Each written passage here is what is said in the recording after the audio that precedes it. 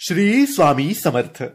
मित्रांनो, स्वामींचा प्रकट दिवस काही दिवसातच येणार आहे आणि स्वामी प्रकट दिवसापर्यंत भरपूर लोक भरपूर गोष्टींची सेवा करतात, पारायण करतात, स्तोत्र वाचन, मंत्र जप करत असतात. पण आजकालच्या या धावपळीच्या जीवनामध्ये नोकरी, व्यवसाय ही धावपळ सुरू असते. त्यामुळे भरपूर लोकांना काही करणं शक्य नसतं. करण्याची इच्छा तर खूप असते पण शक्य नाही, वेळ मिळत नाही. तर मग अशा लोकांसाठीच स्वामींचा प्रकट दिवस येईपर्यंत तुम्हाला जर काही करणं शक्य नसेल तर तुम्ही फक्त आणि फक्त या ओळी तुमच्या घरात वाचायच्या आहेत. आता या वाचायला जर तुम्ही रात्री घरी येतात, संध्याकाळी येत नाही, लेट होतं तुम्हाला यायला, तर मग तुम्ही सकाळी जेव्हा तुम्ही नोकरी व्यवसायासाठी घरातून बाहेर पडतात, बाहेर जातात, तेव्हा अंघोळ झाल्याबरोबर फक्त तुम्हाला 5 मिनिट काढायचे आहेत आणि या 5 मिनिटात देवघरात समोर बसायचं आणि या ओळी वाचायच्या आहेत. या आजपासून उद्यापासून सुरू करा आणि स्वामींच्या प्रकट दिवसापर्यंत करा.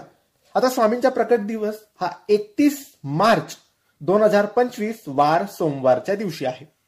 तर 31 मार्च पर्यंत तुम्हाला जेवढेही दिवस मिळतील तेवढे दिवस तुम्ही या ओळी वाचायच्या आहेत स्वामींचा प्रकट दिवस येईपर्यंत. शक्य असेल तर सकाळीच वाचा आणि शक्य नसेल सकाळी सुद्धा जर घाई असेल, वेळ मिळत नसेल तर मग संध्याकाळी वाचलं तरी चालेल. पण दिवसाची सुरुवात जर आपण या ओळींनी केली तर चांगलंच असतं, कारण मग आपल्याकडून काही खाल्लं जातं, कुठेतरी येणं जाणं होतं, कोणाचा हातचं भरपूर गोष्टी असतात. तर म्हणून सकाळी शुद्ध असतो, अंघोळ झालेली असते, म्हणून सकाळी जर आपण या ओळी वाचून घेतल्यात तर मग एकदम छान असतं. आता या ओळी म्हणजे हे एक श्लोकी गुरुचरित्र आहे. म्हणजे या एका श्लोकामध्ये संपूर्ण गुरुचरित्राचं वर्णन आहे.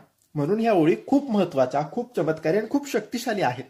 तर तुम्ही या व्हिडिओमधून त्याचा स्क्रीनशॉट काढून घ्या आणि मोबाईल बघून वाचा रोज सकाळी.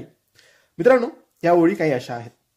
दत्ताचा अवतार झाला कलियुगी श्रीपाद पिठापुरी, त्यामागे दुसरा नृसिंह सरस्वती कारंजा ग्रामांतरी, तीर्थे हिंडत पातला भिल्लवर्तची संगमा, तेथुनी मठ गानगापुरी वसे वारी दिनांचे श्रमा.